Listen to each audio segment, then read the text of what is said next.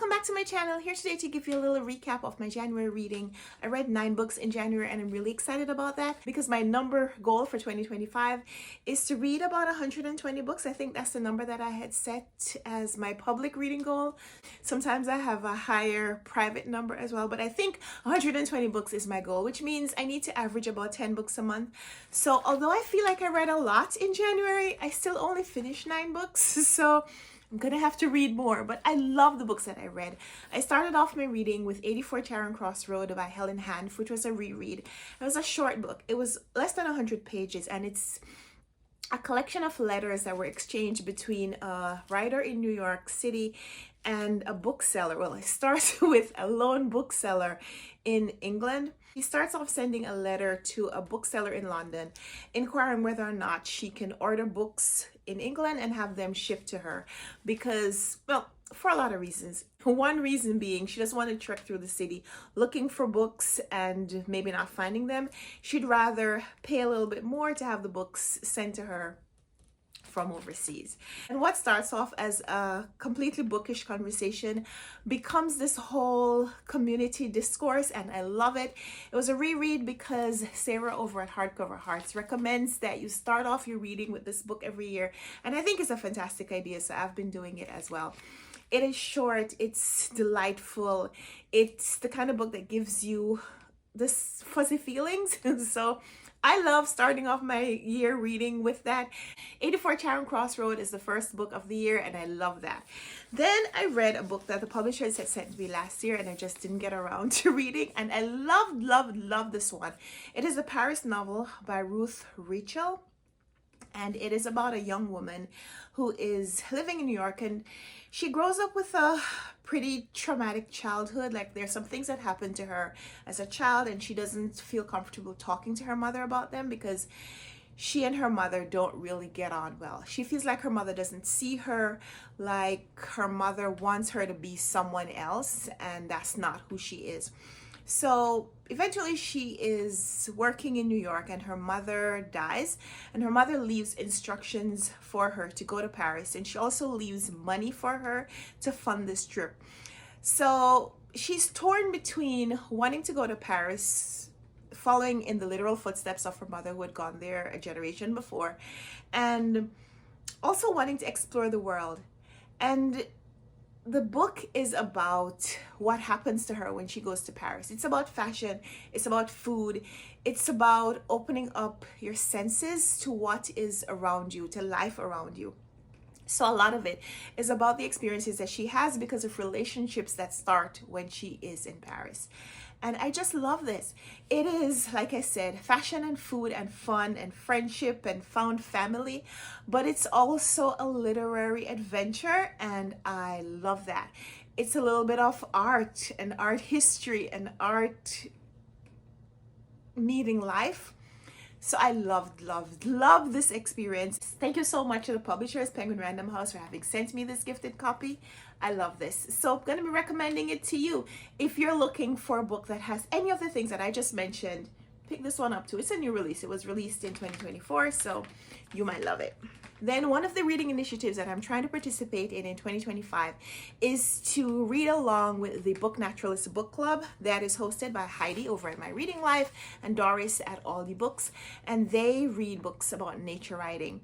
So this year, being their 5th year doing this, they are rereading books. So their January selection is World of Wonders by Amy Nezuka Mathill. And I read that book. I read a copy from the library and I loved it. It's a slim volume of essays showing her life and how nature has impacted her. So what are some of the things that she has done, and what are the nature highlights? Trees and birds and small animals and just places that she has been. What are the nature highlights of her life? And I loved it. In the book, she shows lots of different landscapes because as a child, she moved around a lot. And even as an adult, she talks about having moved several places before she settled into the place where it feels like home. This is the place, the nature, the landscape, the flora and fauna that calls to her and speaks to her, and so I love that book.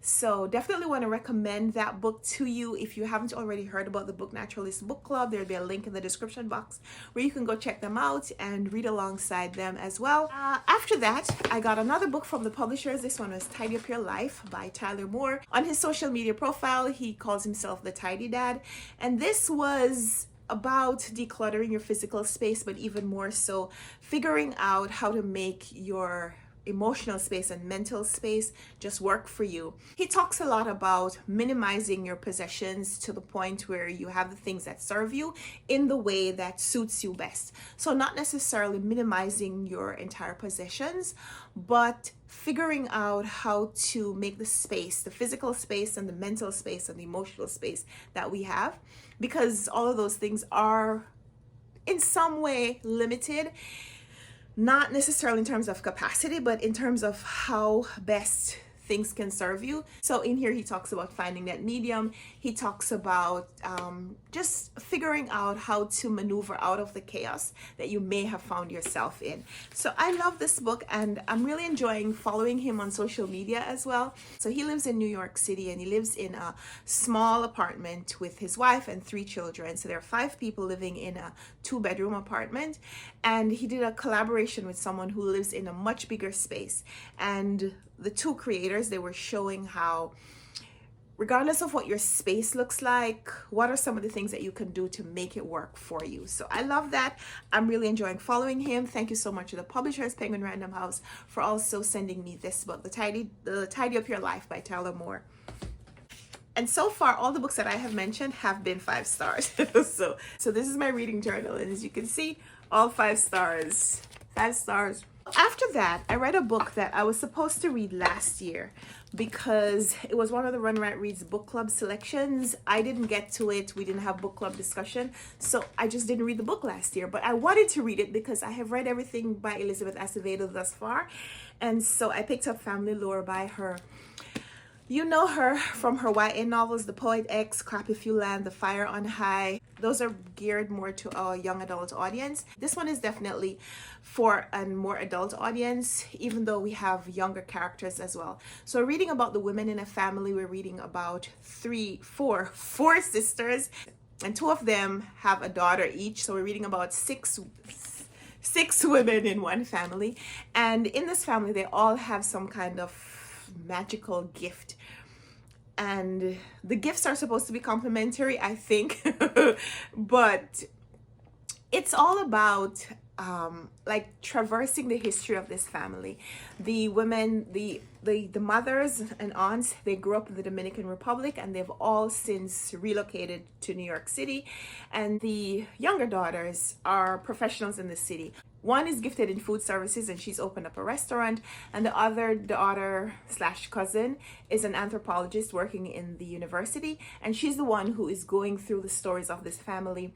She's interviewing the women, getting their take on some of the history, and also figuring out how this family is going to move into the next generation. The crux of the story is about one of the women's gifts, in that she can foretell when someone is about to die. And so she has assembled all the family together, even though no one has died yet. So it's a lot about family and taking account of your life and the choices that you've made. It's a lot about family and just taking into account relationships. Some of the things that maybe you've done that you wish you had done differently, and having time to really process how you're going to do better if you have more time, that kind of thing. So I love this book. There were points in here where I felt like there were too many characters. There were so many people to focus on, and there were a couple of sisters that didn't feel like they were distinguished enough, but they really weren't the focus of the story. They were more supporting cast. So when you focus on the story, the actual story that was being told, when you focused on the real plot, this was a really good read. So this was probably not a 5-star. I think I gave this more of a 4, but I still love it, still recommend it. If you haven't yet checked out Elizabeth Acevedo, maybe this is not the place to start with her. I'd recommend one of her earlier novels, but I really, really enjoyed this as well. And listen, I'm here for books that celebrate Caribbean history, that show some of the nuances of Caribbean life and Caribbean culture. And Elizabeth Acevedo does a really good job of portraying that, so definitely want to recommend this one as well. After that, I picked up another small volume, Nature Riding. This is a Serviceberry by Robin Wall Kimmerer. You may know her from Braiding Sweetgrass.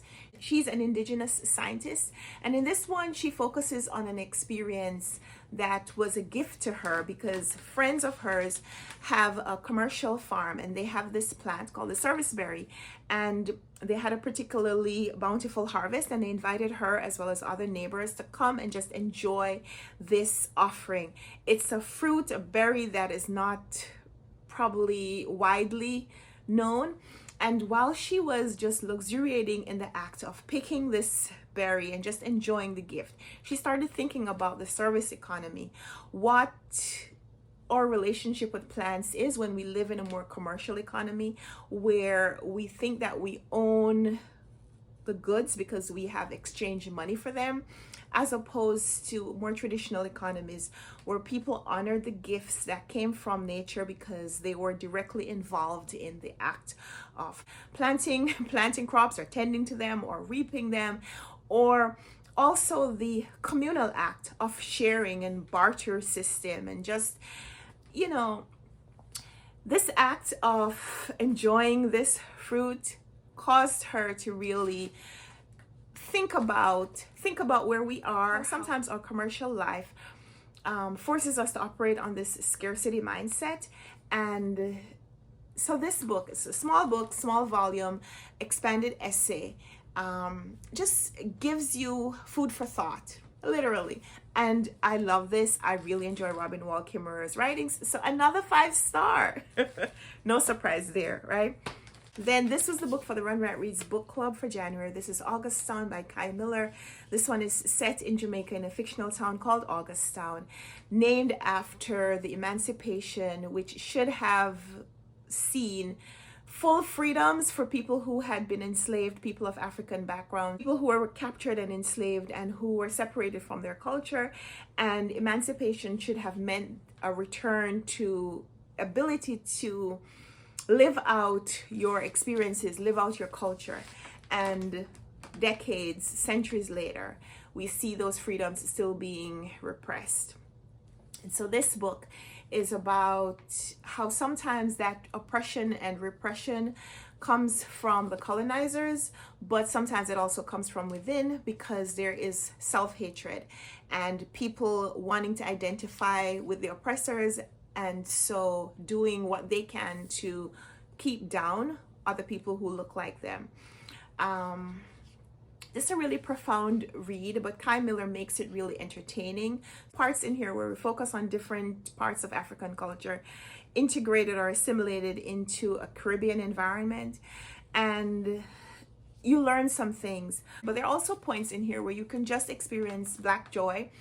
And I love Kai Miller's writings because it is immersive, and the author does a really good job of centering on Jamaican experience, not just Caribbean experience, but authentically Jamaican. And I love it. I highly recommend that you read this book. If you haven't ever read anything from Kai Miller, this is a place to start. This was where I started. I fell in love with his writing. The author is a poet, and so he writes in a very lyrical way, but not overwhelming, not in a way where the language would overwhelm you. It's just a delight to read. Even if the story is hard, it also feels like a pleasure to read his writings. So read his novels, read his essays, read his poetry, whatever your pleasure. Check out something by Kai Miller if you haven't already done so. And of course, this is a 5-star high recommendation for you. Then I read The Bookwoman from Troublesome Creek by Kim Michelle Richardson, and I love that book. The upcoming clip was recorded earlier, so forgive the change of background and maybe change in appearance. It is set in the 1930s in Kentucky. We're reading about a woman who works as a pack horse librarian. So the Roosevelt government started this program to employ people to bring books to people who lived in remote areas, people who would not otherwise have an opportunity for literacy or communication with the general outside world. So in here we read about this young woman who at first when she applies for the library system, she is rejected, and because of her intuition, she really pushes to get this job, and she does. And it's all about her heart, how she connects with people, because as probably happens in libraries, the library system doesn't just provide books, it doesn't just provide literacy, it also provides community and an opportunity to sometimes see what people need and provide resources. So the people who the woman is bringing books to are living, some of them in abject poverty. Like, it's at a time where people are actually starving, and she goes to some great lengths to sacrifice herself to help provide them with food and medicine. And it's beautiful. Despite all the things that this young woman does, she experiences extreme prejudice because she's one of the blue people. So she's of Caucasian background, but her skin appears blue. So she's considered to be colored, and she experiences a lot of the prejudice that is displayed towards people of African background.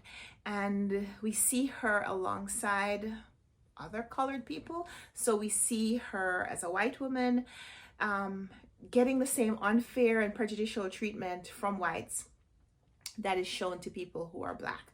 And there's a lot about this book, but I loved it. So this is one of the books that I read and loved in January. 5 stars. And my last book for January was The Mysterious Affair at Styles by Agatha Christie. This was the first book, this was the first of her novels that featured Hercule Poirot, is that how you pronounce his name? The Belgian detective who figures out things by observing how people react and what they say, and of course what they don't. So this one is set in England, in Essex, and we're reading from the first person narration of a man named Hastings who had been discharged from the army, during the war, and he was taken in by this family that he had known prior to going into the war. He's taken in to kind of convalesce, and while he is there, something happens, of course. And so this man Hastings gets in touch with his friend Poirot, who is one of the Belgians who has been taken in as refugees in England during the war as well. So this, I guess, is the beginning of their detective adventures. We selected this because I wanted to start a book club with my family. So my husband and my in-laws, we haven't yet had our discussions, so I'm still thinking about this book. I really enjoyed it because most of us in the group enjoy detective stories. We enjoy mysteries. We have at some previous family gathering watched one of the Poirot adaptations. So I'm really looking forward to discussing this with the group. But I really enjoyed reading it. I love a good mystery. This one feels like it's really approachable because it is less than 200 pages. It's 170 something pages. And the writing is... there are a lot of red herrings. There are a lot of characters and lots of opportunities for the reader to really get engaged with the whodunit questions and try to figure out how well you know the characters that are being presented here. I love this kind of writing where the reader is called on to try to solve the mystery ahead of the detectives. It never works, right? It never works. I never get these things right. But I really enjoyed reading this. It's one of these books that I've always wanted to read, so I'm really happy that I have read it. So definitely another 5 star. So this was a fantastic reading month. Let me know in the comments down below if you've read any of these books, or if you want to know that you heard me talk about them. I'll make another video soon showing the books that I'm going to be reading in February. So I hope you join me for that one. And of course, peruse my channel.